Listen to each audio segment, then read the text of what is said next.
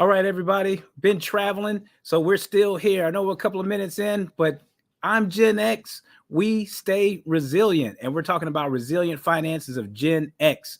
Gen X finances are under pressure. I know you know that song, right? And you know the fiasco of Vanilla Ice a little later too with the Ice Ice Baby. All right, Gen X finances are under pressure. We're the sandwich generation, latchkey kids. We like to do things on our own, so resilience, do stuff on our own.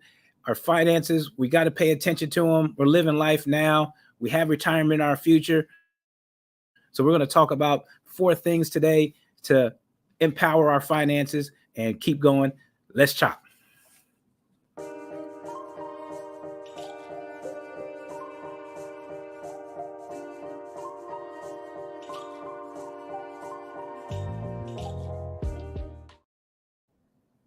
All right. I love hearing that music every time because that means we're chopping it up here on the Life Money Balance podcast. I'm your host once again, Dr. Preston Cherry.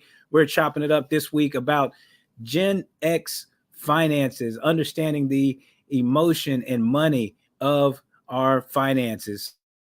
So I have a lot of clients that talk about their finances because here at Concurrent, we talk to this particular crowd a lot. And particularly with high income, affluent, abundant minded folks, really doesn't matter where you come on the social economic status. But when here at Concurrent, our clients are that, and they still worry about money. And they express to us about their goals, aspirations, values about money, where they are now, how they want to live their lifestyle. And money is always on the mind, along with so many other aspects of life. Life and money go together. And so with so many complexities with being a Gen Xer, when we talk about life and money, you're at your highest income earning years, but you also have many. That's why they call us the sandwich generation, because we're sandwiched in between things. We have adult children. Now, I'm having my first here at 45, so I got a long way. But some of you out there, the clients that Concurrent serves, when we talk about the sandwich generation of Gen X, adult children, elderly parents, high income now. So you want to live your lifestyle now. So maximize lifestyle now and optimize your retirement future. It's an and. So how do you do that? So these are the things that are on the Gen X mind. And there are 4 aspects we're going to chop it up today about. And we're going to see if you agree. I want to hear in the comments, and I want you to send us questions and things of this nature to see what's on your mind. Now, for first things first, I want you to see how we're understanding the Gen X mindset. All right. And I mentioned how Gen Xers identify with themselves. So we're going to talk about Gen X identity and how they actually feel about their money. But it's also cool to learn about some Gen X facts about finances. So let's chop it up about Gen X facts about finances.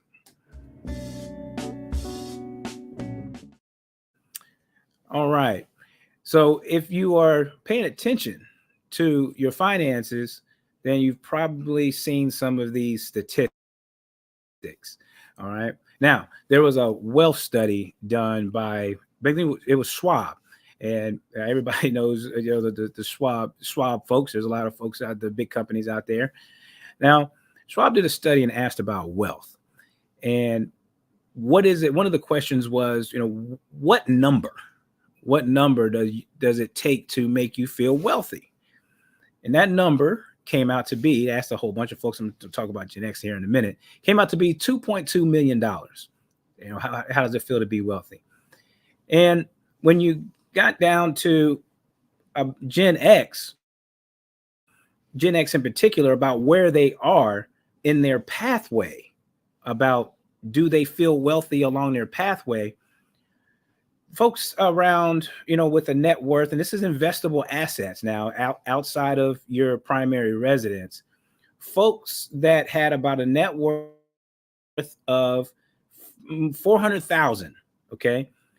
Only they said they felt that they were on a pathway to getting towards that $2.2 million of wealth. Okay. And only a small amount of people said that. Let me get over here. So it's only about 45% of folks said that. So about half. So again, the dollar amount to feel wealthy overall of folks is about $2 million. Then when we're talking about Gen X, folks that feel like they are on the path of feeling wealthy, they have a net worth, investable net worth of 400,000, and it's only half of Gen X that feel that way. Okay, so let's break down 400,000. Now, if you're in the Gen X is anywhere between 42 and 57, and getting to that number, where are you? How do you feel about it? And we'll get to in the next segment about getting into the emotionality and the feelings about how Gen X feels about it. So is that a path that folks feel confident about, as far as that net worth figure? So even folks that are on a somewhat of a pathway to feeling wealthy, all right, that dollar figure, that may or may not be on a path. So it's like, what can we do? What can we do to optimize life now and maximize life now and optimize retirement future later? Okay. Another interesting fact and figure here. Gen X, I'm sure some of you were raised this way, far as being, you've probably heard this term, latchkey kid. So latchkey kid meaning being left at home. And we had good parents. So good parents, but they worked. So we were left at home a little bit, and we were watching MTV and all that. I'm sure y'all have your favorite songs, like to hear some of them. But when we were fending for ourselves. So I'm talking about identity here. Okay. And when you talk about do it yourself and all that, and being resilient, that can be a gift because it contributes to our work ethic, but it also contributes to doing it yourself. So the statistics show us, because it's about facts about our finances, it shows us that studies show that Gen X don't trust advisors that much. Okay. So one of the figures here that I have for you is that only about a quarter, 25%. Let's put it that way. Only about 25% of Gen Xers tends to trust advisors, financial advisors. Now, those that work with an advisor, all right, those that work with an advisor, they tend to have higher levels of feeling okay, or having a better perception about their pathway to securing retirement, having that confidence. Okay. And there's only a third of Gen X that are actually working with financial advisors because of the trust factor, and also their identity of being latchkey kids, being resilient, doing their self. All right. They tend to trust family members more than financial advisors, and this, that, and the other. So having that characteristic, that identity. So these are more facts and figures that help us understand ourselves and say, okay, what could be help? What about Gen X that are helping us thrive, but can also be helping us with some of the emotionality that's holding us back? So a couple of more facts and figures. More facts and figures. So we have high income. Gen Xers have high income. So you're making a lot of money right now, in general, because you're just in the middle, in your mid careers, longer careers. So you can put a lot of time in, put a lot of work in. You put that work in. So you're enjoying higher quality of life, higher incomes. All right. Probably build some assets as well.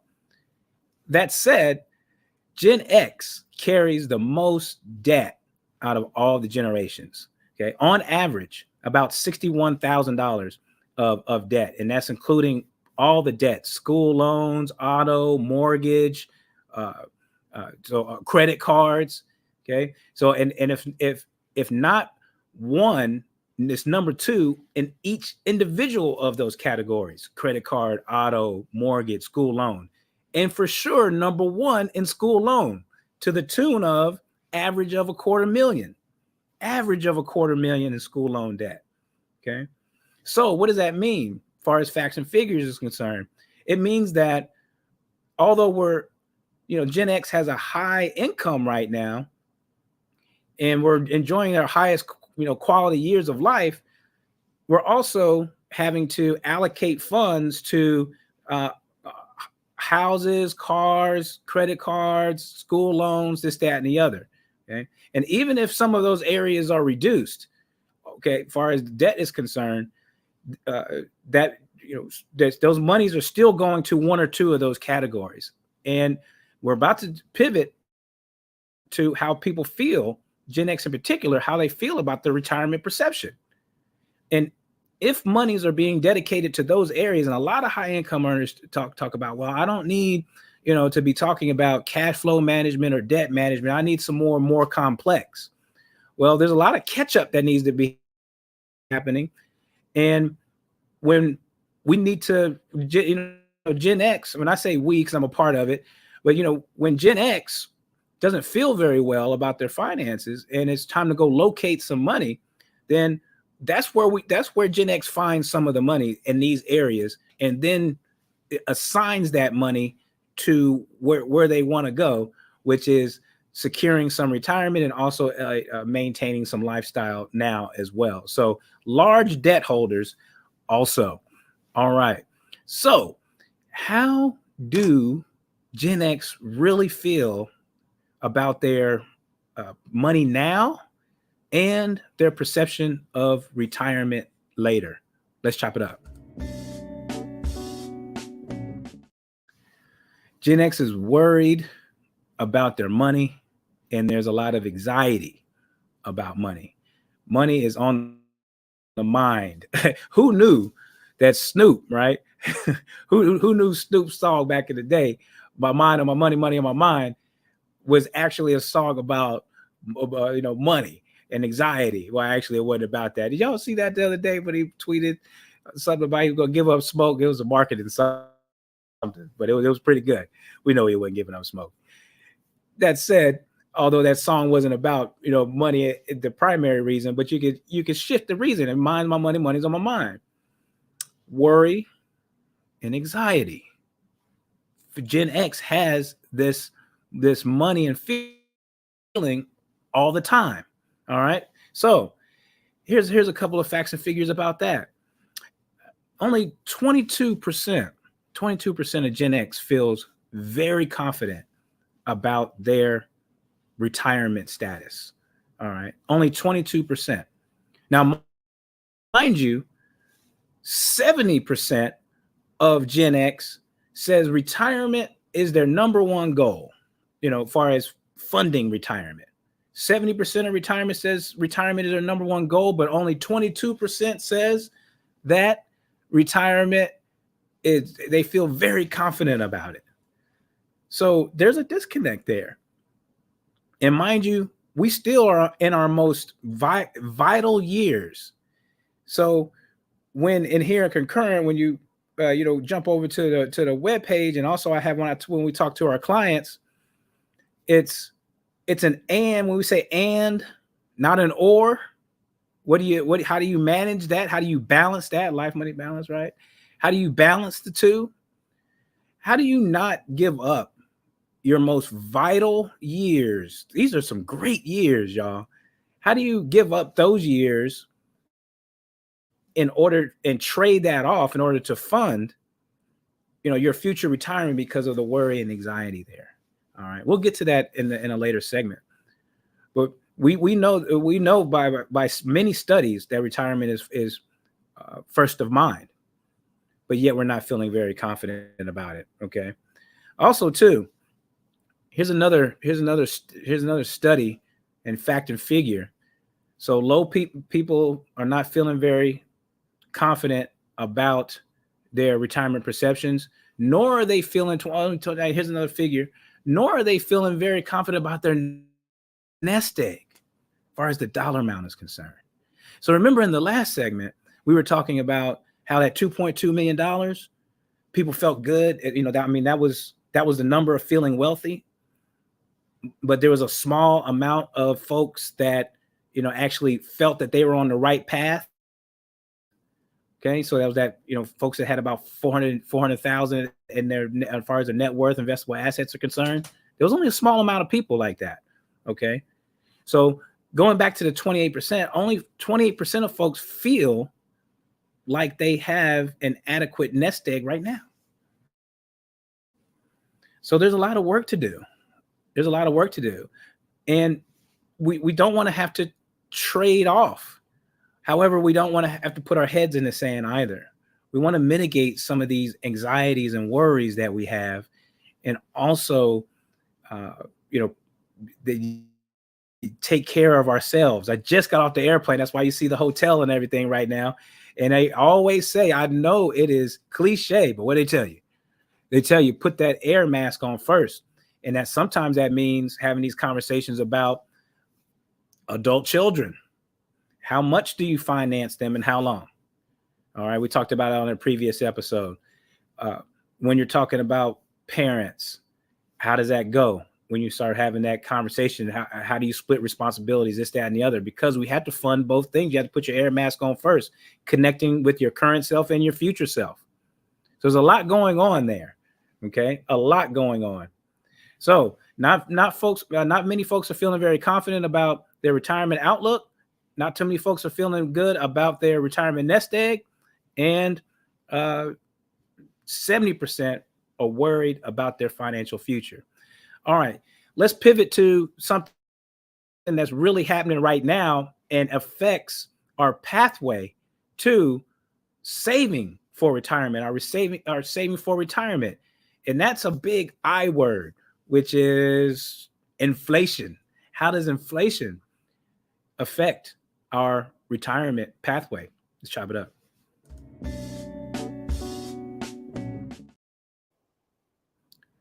All right. So inflation is a big topic right now.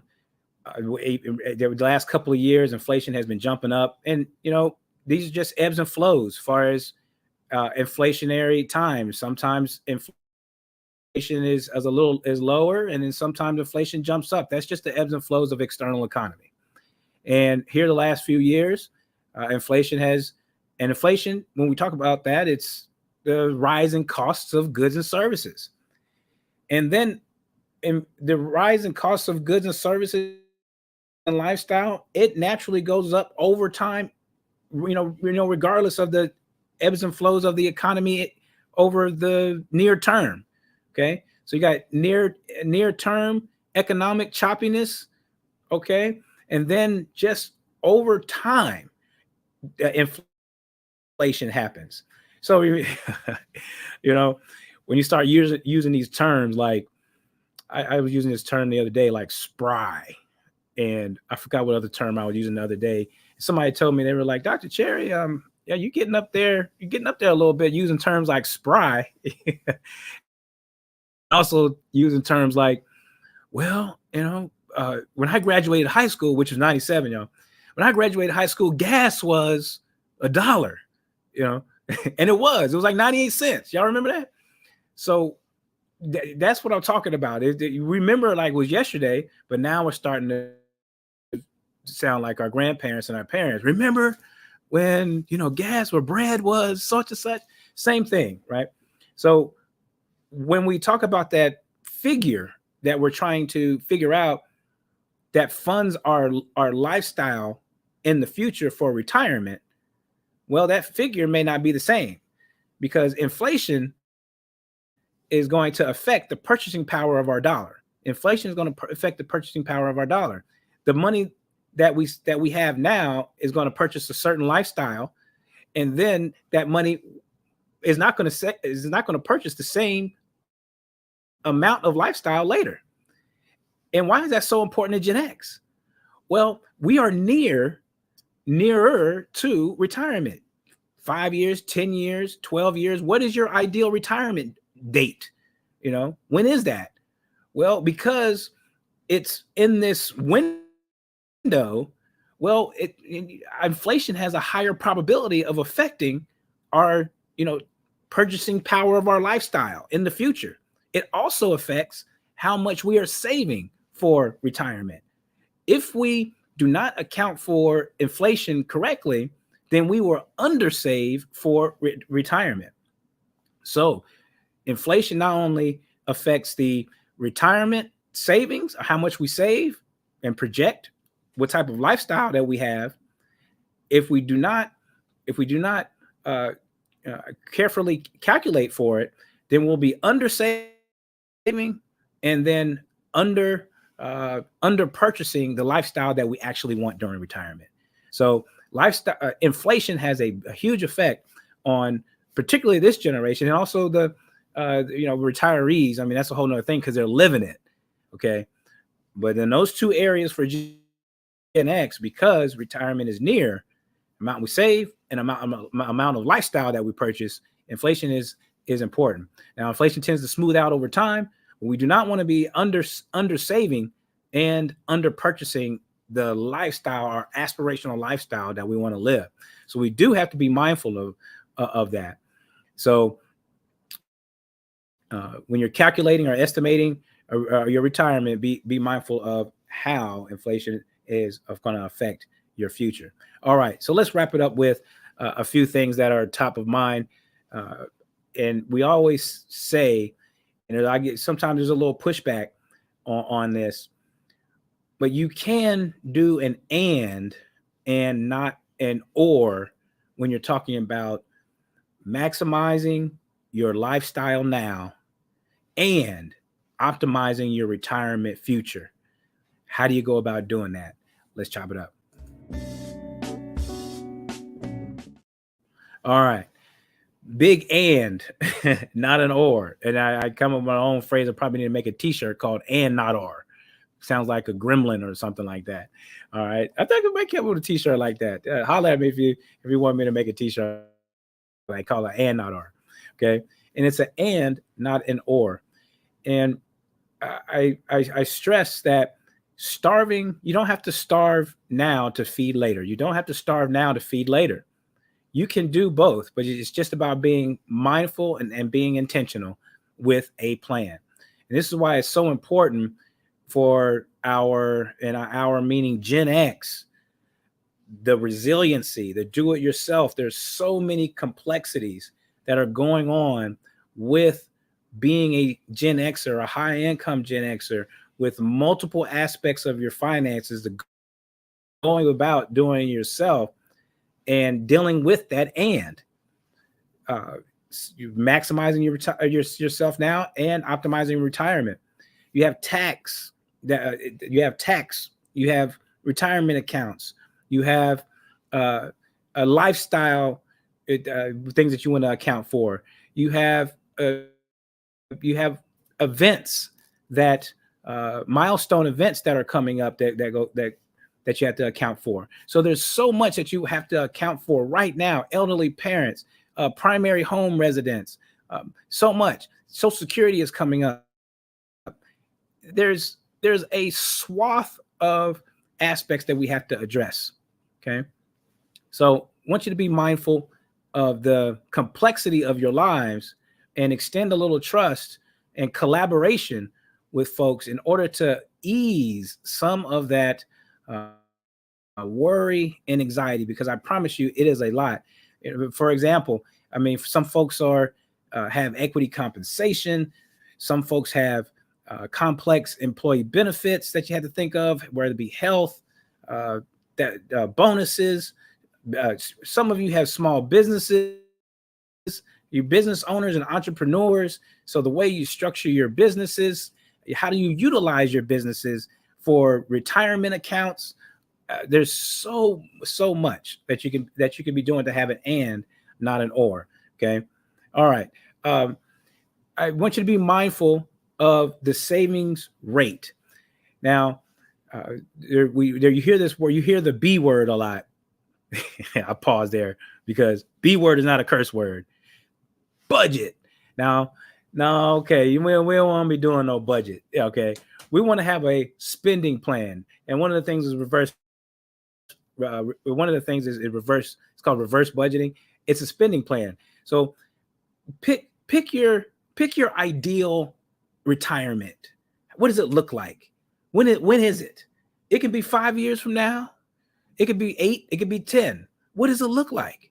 So when and what? Okay. Then pick that savings rate.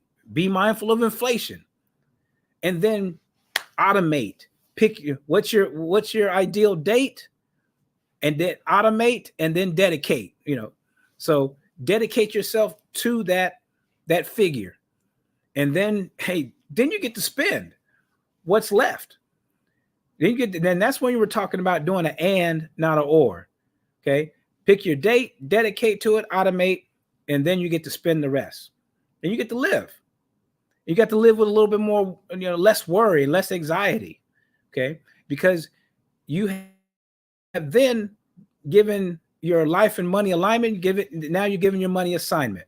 Okay, and then I want you to audit your assets. Okay, do an honest audit of where you are. And I know this sounds simple, but when I talked about the complexities of, and this is why collaborating with somebody is very important. When you talk about, let's go back to that second segment of, folks that have, 400, going back to that study about 400,000 in net worth, absent your home. Okay, that's 400,000. Is that enough? People ask themselves all the time, is that enough? Am I on pace? Do I feel confident about that? Are we okay? What type of assets do we have? What's the mix of the assets? What are they worth? What's my business worth? What is my equity compensation worth? How do we take it? What do we do with it? What is our company stock worth? Are we overly concentrated? What about if we have whole life insurance? What's our cash equity? What can we do with it? What about our business retirement plans? What about our 401k? What about our 401k? What about our Roths and our traditional? Are we supposed to be converting? All of that. So when I say audit your assets, what do you have? Where are they located? How are they being optimized in a manner that's going to put you on a path to feel less worry and anxiety? And how do you fund that? That's what I'm saying. When you pick your date, dedicate, automate, then the worry and the anxiety starts to come down, and the aspirational gate starts to open a little more. So knowing more about your knowing, that's why we say understanding the emotion and the money of Gen X finances helps understand your identity, your Gen X identity, helps us understand the emotion about your finances, then understands some of the inputs that you use to compute your finances, the inflations and the like. And then you start taking some action, all right, and understanding that you can maximize your lifestyle now and optimize your retirement future. Okay, so there's a lot there. Want to hear more from you? I want you to check out the blogs that are coming out. We have assets that are posted on the social media. Like and subscribe. This show, we know we're dropping one every week. We're dropping one, some educational series at the turn of the year. We're going to do some previews here soon. So keep tuning in. We want to be part of your life and money, help you grow. So keep tuning in. We're going to keep doing this thing. Keep chopping it up. All right, now we'll be talking to you soon. Cheers.